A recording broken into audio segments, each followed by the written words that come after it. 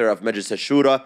And inshallah, this week we are joined by Brother Rohaan Gill, who served as a nurse in Gaza from in a period of time from October to now. And inshallah, he's going to be sharing his experience. And then in the future weeks, we also have other sessions planned. 2 weeks from right now, we're going to be doing a joint event at the Mass Youth Center with Brother Sami Hamdi and a few other well-known figures, and that's to commemorate the 1 year of genocide. And then 2 weeks after that, inshallah, here at the center, we'll be joined by Imam Tom Fakeen, where he'll also be talking about the situation in Gaza. And so, inshallah, over the next few weeks, each of these 2 weeks, we'll be going over a different topic, and we'll have someone that's somewhat of a subject matter expert, inshallah, talking about the situation at the moment. But once again, today we are joined by Brother Rohaan Gill, who served as a nurse, and I just want to pass him the mic, inshallah, as he could introduce himself and also give us a little bit of insight into how he got started and how he got to where he was. Assalamu alaikum wa rahmatullah. I'm Rohaan Gill. I'm also a Mass kid. I'm from Mass, Brooklyn. I know Abdullah for like a long time. I'm also a registered nurse. I went to Long Island University. And I went to Gaza in Ramadan, so in March, from February 29th to like March 29th about. And basically how I ended up there was, Palestine is a big part of my life from like 2014. That's when I first like heard about what's going on and like Israel's bombing of Gaza in 2014. Like that was 10 years ago. And that's when like it hit me like this is happening to our ummah. And throughout like in the past 10 years, learning about Islam and stuff, and learning about the ummah and like just our tradition and how we're one ummah, you know what I mean? And I'm not Palestinian, and I'm not even Arab, but it's still we are one ummah, and I do care, and I think we should all care. So 2014, I started learning about it. I started learning about justice in Islam, you know what I mean? Because justice is a huge part of Islam, an essential part of Islam. And if you don't incorporate justice into Islam, you are a deficient Muslim. You're not a whole Muslim. There's a spiritual side. You have to have justice in Islam. You have to take action in Islam. Islam is not a religion. It's a whole what's the word? It's a way of life, but it's a worldview. It's the way you view the world and how you deal with things. So that's my background before October 7th. October 7th happened, I'm sure many of us here, I was feeling very depressed, very sad with the situation. And I was like, this is very depressing. What am I doing? I can't do anything. You know what I mean? And I realized hey, I'm a registered nurse. Let me try to go. And even though I thought it was far-fetched, actually, I didn't think I would get in. And someone sent a link hey, sign up through this Google Doc to go to Gaza. And I signed up. I didn't think I would get in. And they were saying, this was in November last year, they were saying after a ceasefire in December, around Christmas, they were anticipating a ceasefire from then. They said after a ceasefire, we're going to try to get you in. So I filled the Google form out. I didn't think they would get back to me. And then in January, they reached out to me, hey, can you come to Gaza and in the next 10 days, you've been approved, can you come in 10 days? That was in January. And knowing this, how do you think I responded? I said, no, I can't come in 10 days. Because that's just way too quick. And I had some things. So they said hey, you can come in at the end of February. That's when that was my entry date. And leading up to it, I wasn't really scared. I talked to my parents. My parents actually supported me. My mom said, hey, I can't stop you from going. So my family was very okay with it. I didn't have a hard time. And then days leading up to leaving, the day before I left, I woke up and my chest was really heavy. You also think is it worth it? Am I doing the right thing? Am I doing this just for me? Thoughts get to your head. Shaitan also gets to your head, and you start getting anxious. You get a little scared. And I don't usually get anxious. I don't my chest doesn't feel heavy like that, alhamdulillah. But I woke up that day, that Wednesday, and I was kind of shook. I don't know. I just had a lot of anxiety, and I couldn't sit still. So I just got up and I left my house. I was I can't so I just went to try to do some things. So I went to the gym, you know? Can't you tell? So I went to the gym. And then I'm outside the gym. I'm like, what am I doing here? Like, I'm about to leave. I don't want to go to the gym. Then I just go to like Beledi. I just go to Beledi and I just walk around Beledi for like a minute. And I don't need anything. I already bought everything I needed. So I'm just walking around. And then I'm like, okay, let me just go back. So I go to my car and Maghrib adhans. So I'm like, let me just go to Musab and pray. Uh, and I go to Musab and I go pray Maghrib there. And Sheikh Ahmed, he makes dua qanut. So at the end of Maghrib, he makes dua. And he's just making like dua for Palestine and stuff. And like right after that salah, I just felt like a lot better. You know what I mean? I don't know. I don't know what happened, but like I took it as like a subtle sign from Allah. You know what I mean? And like when you're doing things for the sake of Allah, like at the end of the day, like Allah is Al-Latif and He'll like send you these small signs, but you just have to like look at it. You know, you have to find it because they're there. Like the signs are there. How long was this before you left? This was the day before I left. The This day was before, Wednesday. okay. Yeah. So like, I felt really good. I'm not gonna lie. Like I was like, okay, now I'm set. Like I feel good. I feel like I'm on the right path. I don't know. Maybe I'm not, but I feel like I'm on the right path, and I just felt a lot better. Then I took my flight, went to Egypt. This was when Rafah was open. So I landed in Cairo. I bought a bunch of stuff like baby formula and stuff. I spent like a couple days there. And then I headed on my way to Gaza, from Cairo to Gaza. It was like it's maybe like a 6-hour drive, but like with all the checkpoints and stuff, it's like 12 hours. And we're driving and you see all the trucks. You know the trucks, the 8 trucks that were there before? Like maybe from like an hour past Cairo, you just see the trucks lined up, like thousands, all the way leading to Gaza.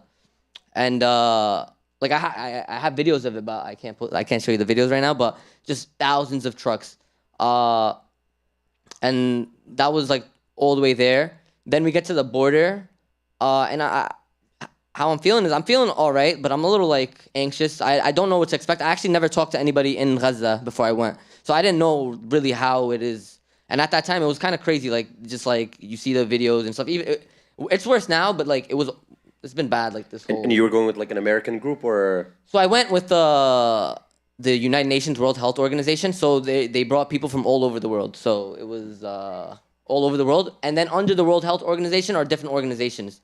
So the World Health Organization is the umbrella organization. I went with a Canadian organization. And everybody in my group when I went wasn't Muslim. So then I get to the border. We get to the Rafah crossing. And this was right like a week before Ramadan. And okay, so I have a tradition before Ramadan. Like I watched this series called Sweetness of Salah. It's by Dr. Farhan Abdulaziz. He's from Dallas.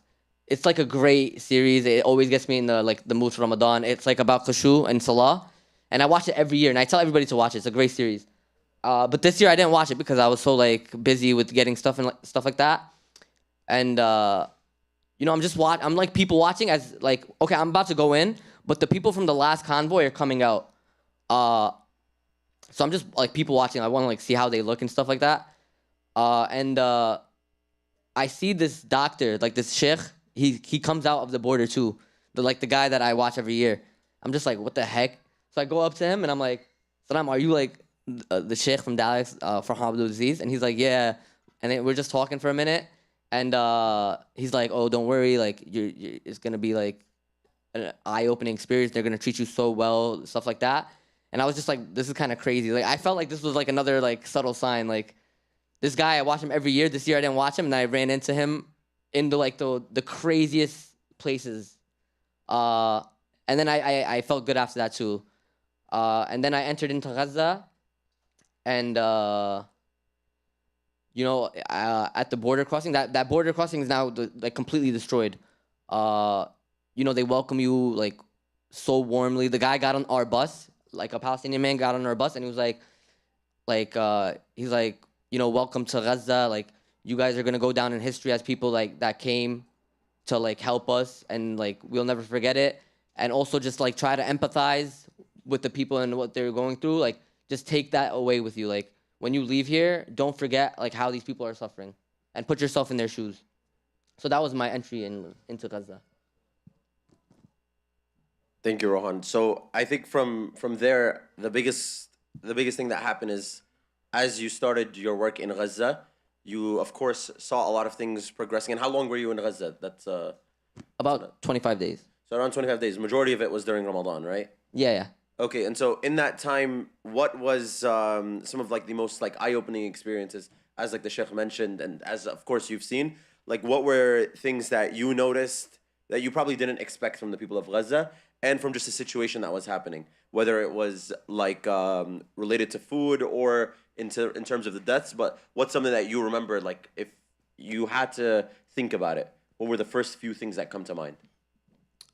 There's a lot. Like first of all, like the hospitality that I was given. I know people talk about it, but like it's like real. Like you will never feel hospitality like that. They treated me so kind.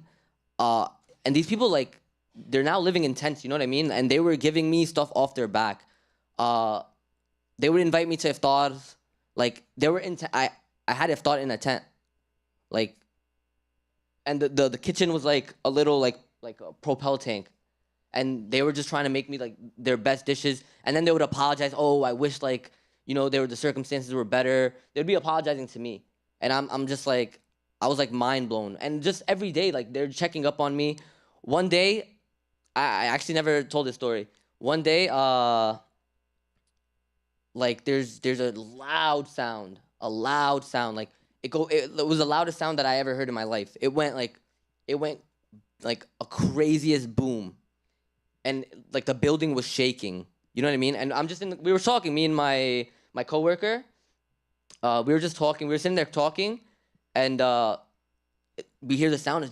It booms, and it's going on for a long time. The sound. It's like maybe it felt like 30 seconds. I don't know. It probably wasn't that long, but it was the loudest sound I ever heard. The building was shaking.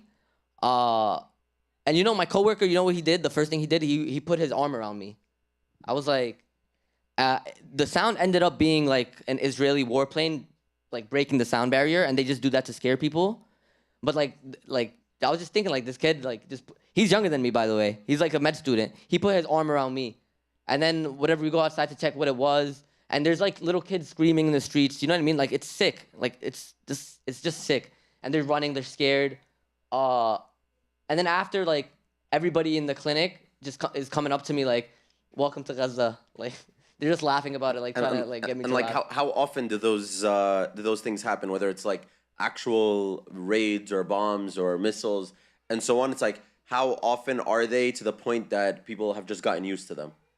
Okay, that day when that happened, like I don't react too much to things, but like when something happens, your body just reacts naturally. So I could be sitting here calm, but like my heart could be like just beating. I can't focus. My mind is racing. That whole day, like I couldn't really focus. I was just thinking that like the sound was in my head. It was just ringing in my head. Allahu Akbar.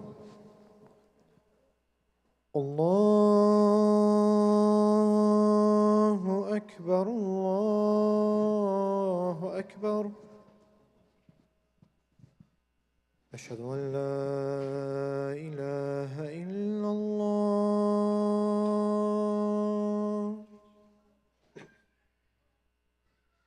أشهد أن لا إله إلا الله. أشهد أن محمدا رسول الله.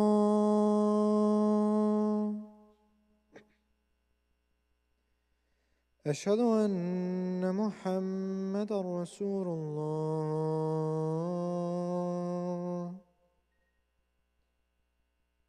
حي على الصلاة.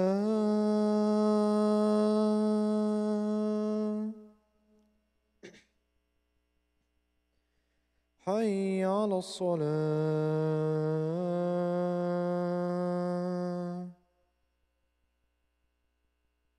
حي على الفلاح.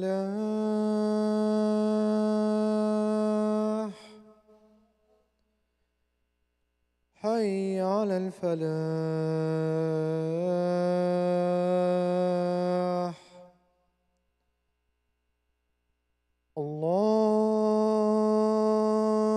الله أكبر. الله أكبر. لا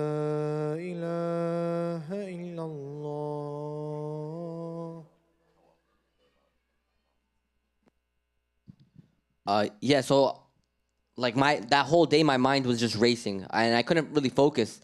And at least for a half an hour I couldn't really like hold a conversation I would just be like, I would just like quiet kind of.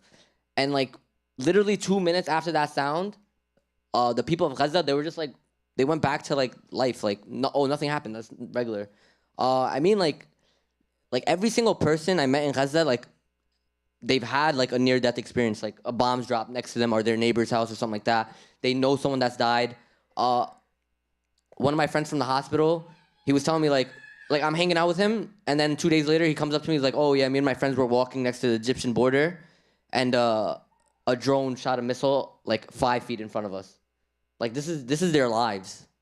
And before October 7th, they were all in houses and stuff, and now like they're in tents, living in like the most inhumane like ways. You know what I mean? I think that's an aspect that sometimes like I think we struggle to like understand like here in the US. It's like we try to understand, we see the videos of it, of course, but we are struggling to understand on like what their life actually looks like. Like we see the struggle, we see the deaths, but it's like it's very hard for us to visualize just because like we've gotten so comfortable. And so can you share like if you've seen any of like the janazah proceedings, or what does it look like after groups of people pass away, or like how do they process? So at one of the hospitals I was working out, there was like janazah prayers like every hour. So if you go outside, there's a janazah prayer at least every hour. And they bring in dead bodies that's been decaying for months. They bring them in like and they wrap them. There's a morgue at the hospital, so they're wrapping them up, and there's a crazy stench. How are they processing it? I really don't know how they're processing it, man. Like I'm not really understanding. I don't know if it's. I talked to one of the doctors. He was telling me like, in like all the past wars, like the French would come in and they, like French doctors would come in and say, oh, you guys need like psychologists, you know what I mean? And then the doctor was telling me like, oh, we used to tell him like, nah, we don't need that, like we're good. But like he was telling me now, he thinks every single person in Gaza right now needs like a psychologist. He needs to talk to somebody, because what's going on is so like unbelievable and so bad. Like I met a guy, his whole family was killed, except 2 of his sons, but like 5 of his other children and his wife. And he told me like it wasn't just like hard that they died. He couldn't find places to bury them together. So it took him like a while to bury them. And after he buried them, the next day he went back to work. And he's been working since. So I don't know how they're coping. I really don't. It's just really bad. I met another guy. He hasn't seen his family since October 7th. I was working at the hospital, and he came in. He was working at Shifa Hospital. He was working from day 1 till the day I was there. And this is when Shifa Hospital was like besieged for the second time. So Israel came and besieged it for the second time. So they took this guy. They kidnapped him. They questioned him for a few days, and then they let him go. And they told him, hey, walk to the south, from Gaza City. So this guy walks. He's been working 300 days on call, like 200 something days. Every day he's seeing like people dying, the worst injuries, just the saddest thing. He hasn't seen his family. He doesn't know what's going on with his family. They tell him walk to the south. He's like, okay, I'm gonna walk. He walks to the south. His shoes are messed up. He loses his shoes. He's barefoot. He walks to the south to my hospital, and he's like, hey, I want to start working. And he's working there now. And he didn't even have scrubs. They had to provide him with scrubs. So I'm sure like a lot of us seen probably like on the news and through reels and so on, we've seen that especially like healthcare workers, hospitals, those became some kind of target from almost the start. Yeah. How did that translate on the ground? And I know like almost a few weeks after you've left, a lot of us like heard the news of like the caravan of medical workers. Yeah, that was a few days after I left. A few days after, exactly. And they were targeted by Israel, and they were hit by a missile. But it's like those stories around medical workers and hospitals are often used by Israel as like a way to say that we're coming after the hostages, we're trying to protect. Yeah. But like, what does it actually translate to? I mean, when they invade a hospital, like first of all, they're evacuating the hospital. A lot of those people need to be in the hospital. Like they cannot leave. If they leave, they will die. They don't have like the medical equipment to have them survive outside the hospital. Other than that, there's thousands and thousands of people just living in the hospital. That's their home now. It's been their home for a while. And so when Israel first, they like tell them, hey, you gotta leave. So everybody has to leave. And then also on top of that, when Israel comes into the hospitals, they destroy everything in the hospital. So if there's medical equipment there, they destroy it. So now the thing is they have to take the medical equipment with them. It's a whole big thing. Like I worked in Al-Aqsa Hospital. People, there's like curtains everywhere. People are living there. It's like over capacity. It's like maybe it can have 200 beds, but like there's maybe like 3,000 people in the hospital. And how's Al-Aqsa now from when you were there to where you are now? Al-Aqsa now, it just got evacuated like a couple weeks ago, maybe 2 weeks ago when I was about to go in again. Oh, by the way, I was trying to go again and I got denied. When I was about to go again, it got evacuated. So everybody had to leave. And then 2 days later, they can come back in. But someone from Gaza was telling me like one of the worst scenes about this whole genocide is like the mass like migration, like when you see like everybody get up and trying to leave, and it's really crazy because like they're like trapped, so they're moving from here to here, they're just getting bombed, then if you survive you go in here and then you're going here, and it's been like this for like 11 months. They're just like mice and they're just waiting to be slaughtered, and that's how they're living. Like they go from one tent to another tent, then the tent floods, then you have to evacuate, then your neighbor gets bombed, then there's an evacuation order. It's the most sickening and like the craziest thing, most unbelievable thing. So I think also another piece that we struggle with, at least here, is like we hear about the stories of people that are able to go to Gaza, like healthcare workers even, and people that are able to support on other capacities. But I think we also like we hear a lot of hopelessness, even from like your story, for example. Like we're hearing of healthcare workers that are being killed. We're also hearing of people that are being killed over there. And as much as we try to send aid, as much as we try to do, we're not creating, like, it feels like we're not doing a difference. It's like, what's our role, at least bringing it back here? Yeah, I mean, it does feel like a hopeless situation. And, you know, like, maybe in our lifetime it will be, like, hopeless. You know what I mean? But that doesn't mean, like, we're Muslim. Like, everyone here is Muslim, right? So it doesn't matter about the outcome. Like we have to put in the effort, no matter what. Even if we don't get what we want, like that's not up to us. The outcome is not up to us. Our job is the effort we put in, and we have to do it. Like this is just a burden on us. But I think what I'm trying to get to is like we issue with like this idea of like sacrifices. Like what does sacrifice mean? Yeah. It's like sometimes it's like struggling to understand of like sacrificing your job, your career, your education, and even sometimes your life. It's like, what are we missing here, at least in the US, around the issue of sacrifice? Where like people in Gaza are ready to sacrifice, and they're like, and we've even seen so many stories of like news reporters and so on. Even the Al Jazeera correspondent, like he lost his whole family in Gaza, Yeah. and so many others. It's like, how have they gotten so accustomed to sacrifice, and they've grown patient through it? Yeah, we have a big problem here, like just being too comfortable. I think we all need to remember like where we come from. You know, if you're Palestinian, you know this could have been you. This could have been me. I'm like, you know what I mean? This could have been you. You just got blessed to be put in a land where you're not dealing with these things. So now you do have an obligation. You owe it to your ummah. You owe it to your Muslim brothers and sisters, and you owe it to Allah to do whatever you can to help them. You know what I mean? And like use any skill you have. Like I'm a nurse, so I use my skills to go to Gaza. Everybody here has skills. Either like if you're a computer science major, if you're marketing, you could do work for this ummah. You know what I mean? And you do have to do it. And there are risks. You know, they are against us, obviously. You've seen it in the last 11 months. But the only way they'll ever accept you is if you become like them. And you won't do that because you're Muslim. And you have to like really like get that into your skull. Like we can't be so comfortable with like art, like just chill and watch Netflix and like look at us right now, like on this nice carpet. Like we do have to sacrifice, like because this is our purpose in life. Like, this is for the sake of Allah. Like, everything we do is for the sake of Allah.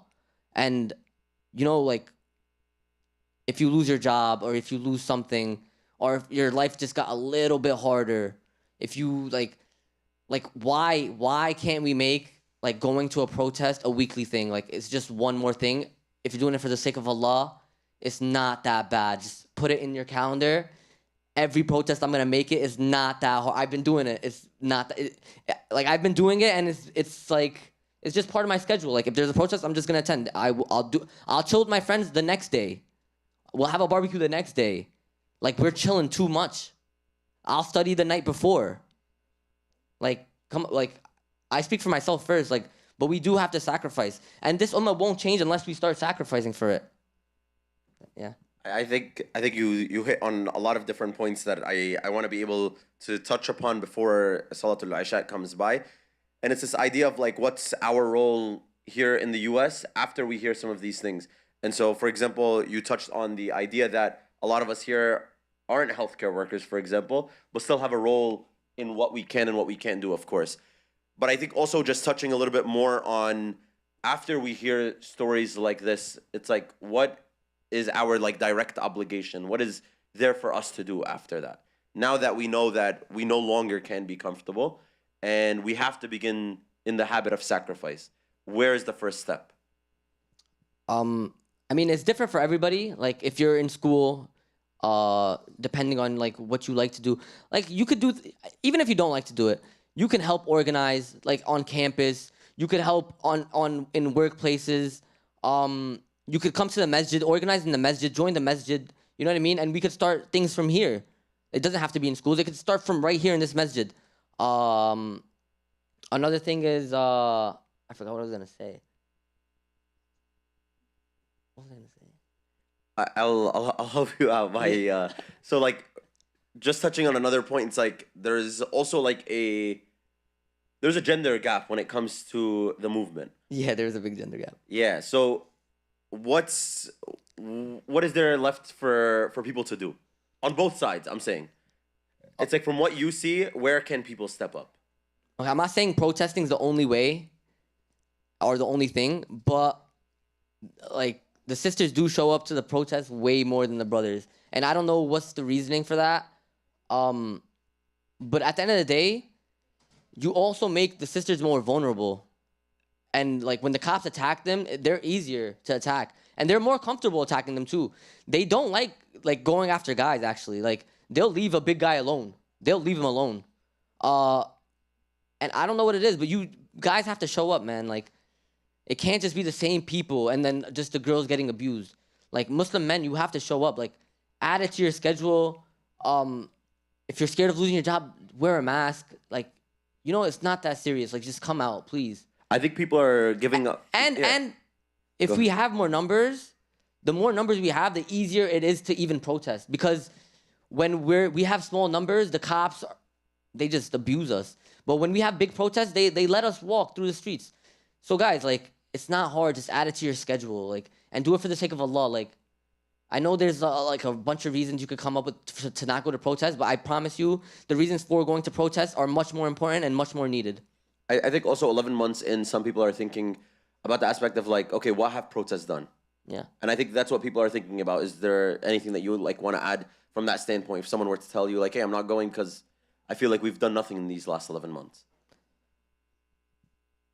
I know it feels like we've done nothing. Like I said, the outcome is with Allah, okay? You do have to still show up. Like, you do have to come out. I mean, just come out of rage. Like, your brothers and sisters are dying. Like, how can you just sit at home?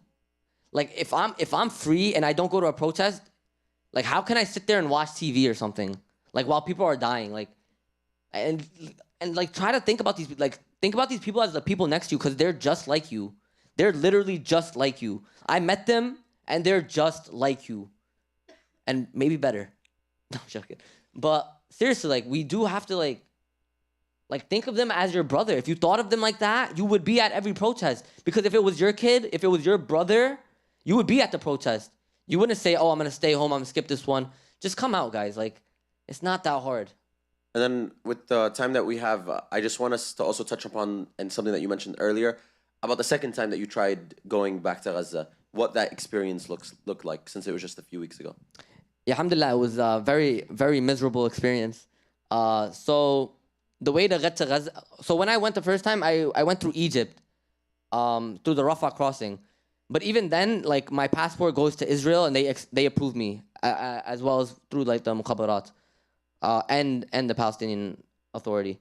So I got accepted. So I got accepted by the WHO. That means I have a seat on their armored truck to go into Gaza. So the new way to get into Gaza now is through Jordan to the West Bank to the 48 to Gaza. That's the way in now, because Rafah is completely destroyed, and they put up many restrictions. Like when I went through Rafah, you could bring $10,000 with you. We were allowed like basically unlimited bags. We could bring up medical equipment, medical supplies, medicine, baby formula. We could bring all of that. Now through Israel, people are only allowed to bring $2,800 with them. They're only allowed to bring one phone. You can only bring one bag, and like only medication that you can use for yourself, and no medical equipment. So like they're severely like choking people. So I got approved by the WHO. I flew to Amman, and I got there on Wednesday, and I'm supposed to leave Thursday morning, like 5 a.m. So the thing is, like when Israel is accepting you, they let you know if you're accepted or not. They clear you 12 hours before you're supposed to enter. So I got to Amman, and I got told I'm not cleared. They don't give you a reasoning. They tell you weeks after why. So that's Thursday. And they only let people in on Tuesdays and Thursdays. So that's Thursdays. I'm like, crap, this is not good. So I wait till Tuesday. So my organization's like, hey, listen, just wait till Tuesday. We're going to try again next week. Like, let's keep trying. Because sometimes, like an Israeli like officer could just be annoying that day and just deny people randomly. So I wait till Tuesday, and still like I get denied again. Then Thursday I try again, denied again, and then my org is like, listen, just stay one more week, and then khalas, like that's it. So I stayed another week till Tuesday, and then I got denied again. And then they told me I actually can't even apply again. So like that was it for that. But alhamdulillah, like they told me like the reasoning I can't get in is for public safety and security, whatever. But yeah, like that's how they're doing people. And alhamdulillah, like like at the end of the day, okay, that was my role to play. Like I went to Gaza, I helped the people, and now I got denied. Now I have to figure out different ways to help. You know what I mean? Like it doesn't end there. It doesn't end there for real. Like just because I got denied, that just means I have to figure out new ways to help. And so that's what I'm on right now. Would you say that there was a connection between why you got denied and like your activism here in the U.S.? Yeah, I 100% think there's a connection between that. I think some people might get scared to be active because of that. For example, it's like, for example, whether they want to visit Al-Quds one day, or if they want to apply for a specific job, or they want to get into a specific kind of education, and they're like worried. They're like, the reality is, if I get to enough protests, probably get doxxed at some point. Yeah, like if you want to visit Al-Quds, like standing up for justice, standing up for your brothers in Islam, I would have to think that it's more important than you visiting Al-Quds. I'm not gonna lie. Like I wanted to visit Masjid Al-Aqsa. Like I tried. They said no. But like this is more important. Like like it's not written for us if that's the case. You know what I mean? And you do things to help the ummah. Like serve your ummah. Like this is what we have to do. What did you say again? What's the second thing? And connecting it to why people are scared here. Oh yeah, I do get it. Like it is very annoying. Even with jobs for me, like my Canary Mission profile is just like the first thing on Google. My name is very not common, so it's the first thing. So it's very annoying. But khalas, like like don't even think about it. Just get on there and then live your life after that. Like figure it out. Don't get too scared, guys. Like you're doing this for the sake of Allah. Like sacrifice. It's about sacrifice, because you're not just living to live. You're living for Allah. You're not just like, this is all for Allah. Like, and if this is your life after that, I promise the people in Gaza are suffering a lot more right now. So, hey, man, like, embrace the suffering. Like, take it. Like, that's it. Yeah, and so khalas, I'll wrap up on just a quick point around this. I think the aspect around like the community support around it, like even when you went to Gaza and so on, it's like there were a lot of different asks for either like fundraising a certain amount for us to, for example, get you like food, for example, to enter into Gaza. I think a lot of people, at least from the start, I think it was very clear that people were worried of getting doxxed because they were worried that there wasn't going to be a community to support them at some point. If they got arrested, there wasn't going to be a community that was going to support them. But I think that was one of the biggest successes from the protests from 11 months ago to now. It's like communities started getting built. Like whether it was like Mass or CARE or a lot of the other organizations, it's like the reality is like a lot can happen to you and your community's got your back. Like whether it's a Staten Island community or a lot of the other communities. And that's something that's like, it really got built through trial. Yeah, I know. And you got a lot of support for your arm. And yeah. But like the reality is that like people are going through worse every day. And I think our communities are learning through it. It's like we're only getting used to learning how to support each other because of how used to we got of like with arrests. And it just goes to show like the past 11 months, like, you know, we do have to look out for each other. We do have to like grow as a community and help each other and create businesses that support our people and like build law firms that like hire Muslims, you know what I mean? Like because they are firing us. So we have to like figure out a way that they can't do this to us. They can't like just hold us hostage with like they're holding a gun to us like, hey, if you speak out, we're just gonna shun you. No, we're gonna fight back. We're gonna build our communities and we're gonna like we're going through this. That's it. And I think we're getting there. Like yeah, we are. I think we are. Like we're getting enough places that right now are willing, like getting fired from an institution for Gaza will eventually become your honor at another workplace. Yeah. Like if you get fired from somewhere else, like there will be a Muslim organization like Mass, like CARE, and the others that are willing to hire you for those exact reasons. No, and it's exactly. happened. Yeah. Like, and we've heard the stories of like, for example, Sister Janan from Chicago. Yeah. She was fired from a very well-known law firm. She was given a very high welcome offer. Muslim organizations quickly came together and gave her that same exact offer working for them. And so for her, the reality was not only did she fight, she got the lawsuit, she helped keep her like conscience clear, like because she could have backed down. They gave her the option to. And at the end of the day, Allah is on your side. Like just remember that. Like whatever you go through because of this, it's khair because Allah wrote this for you and you're doing the right thing. And if you're doing the right thing, then Allah will support you. And even if you think it's hard, it's what was written for you and what is meant for you and what is the best thing for you. And just think like that. And everybody get on Canary Mission. And then we'll be good. Because if everyone's on it, they won't be able to like track everybody. I think that's a big aspect of it as well. It's like there's too little people that are taking the hits. Yeah. That it's easy for them to make the hits. Yeah. And so it's like the reality is like it's easy for them to take down the 4 guys at the protest because there's 4 guys at the protest. If there was 100 of them, then it's very hard for them to take all of them down. And the same thing goes to what we've been seeing all across the board. It's even like the fact that the like healthcare workers, like the WHO, asked you to stay for almost 3 weeks, showed the desperation that they were in. Yeah. That they were like, we're willing to pay, we're willing to keep this one person here as a nurse.